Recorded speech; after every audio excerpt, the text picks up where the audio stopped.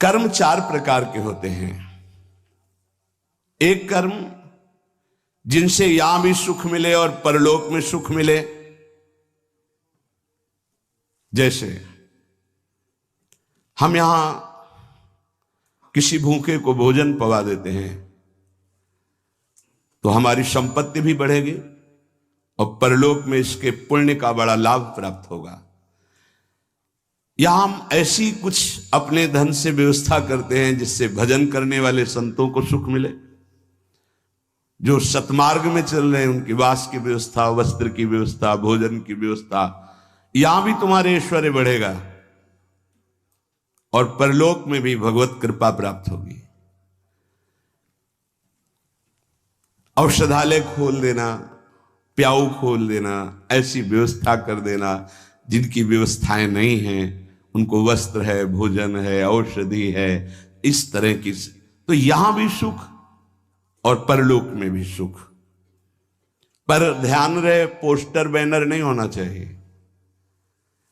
अगर आपने कहीं छपवा दिया या अपनी जबान से कह दिया तो उसका प्रभाव क्षीण हो जाता है।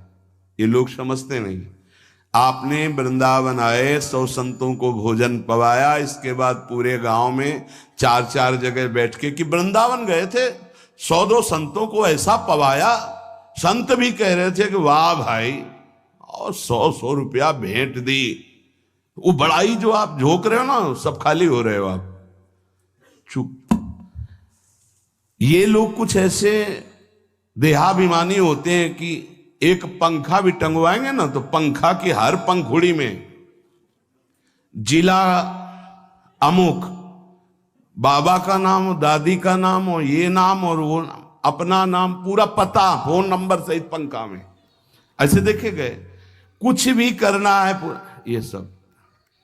तुम्हें अपने नाम की चिंता है या संतों की सेवा की चिंता हुई? तो ये ध्यान रखो, जिनमें यहां भी सुख मिले और परलोक में सुख मिले उसे सत्कर्म कहते हैं।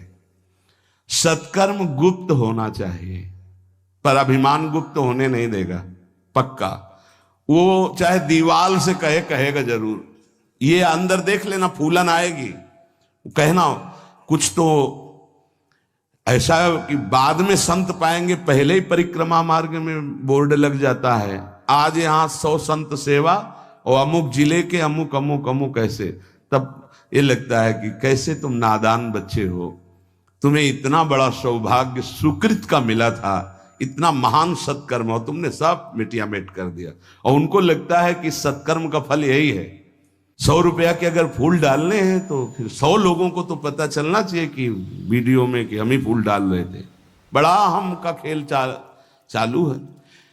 ये कर्म तभी परलोक में आपको मिलेगा जब यहां आप गुप्त रखें। देखा है आपने गुप्त कैसे कमाई की जाती है। बहुत बड़ी यज्ञ की थी, मैदा फैक्ट्री के मालिक थे। जब वो आते थे कानपुर में गुरु आश्रम में संत दर्शन के लिए, तो 20 गाड़ियां उनके साथ होती थी और आधा किलोमीटर पहले ही रुक करके नंगे पैर पैदल आते थे।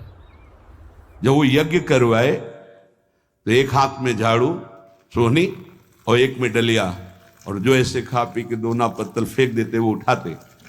कहीं कोई पोस्टर नहीं, कहीं और इतनी दिव्य सब खान पान सामग्री सब ऐसी, और वो केवल चेक करते थे अपने कार्यकर्ताओं का, झाड़ू लिए हुई।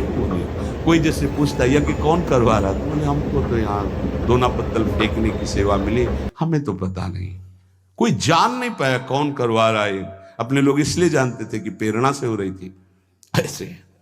ऐसे सत्कर्म की कोई जान ही नहीं पाया कि किसने करवाई यज्ञ। और इतना बड़ा खान पान, कानपुर महानगर जहां लाखों लोग खाते पीते, उनके पास कोई कमी नहीं, कहीं भी कोई अभिमान का लेश मात्र नहीं।